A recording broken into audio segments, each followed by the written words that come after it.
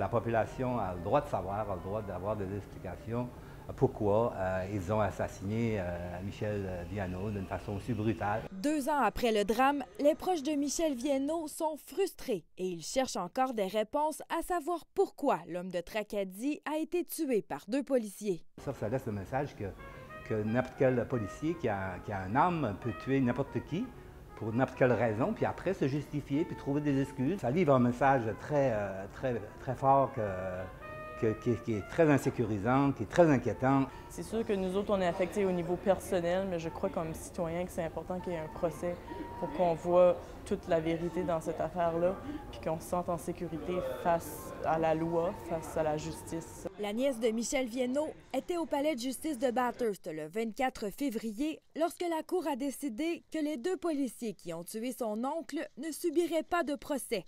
Elle était sous le choc. On était dévastés, c'est sûr que la tristesse s'empare de nous autres un peu comme le 12 janvier 2015. Une pétition a été lancée dimanche par les proches de Michel Viano.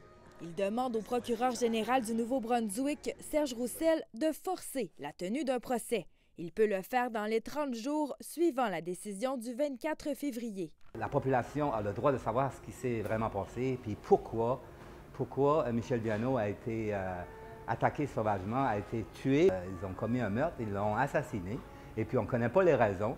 Il aurait pu choisir de juste l'arrêter, de le questionner. En moins de 24 heures, la pétition est rendue à près de 500 noms.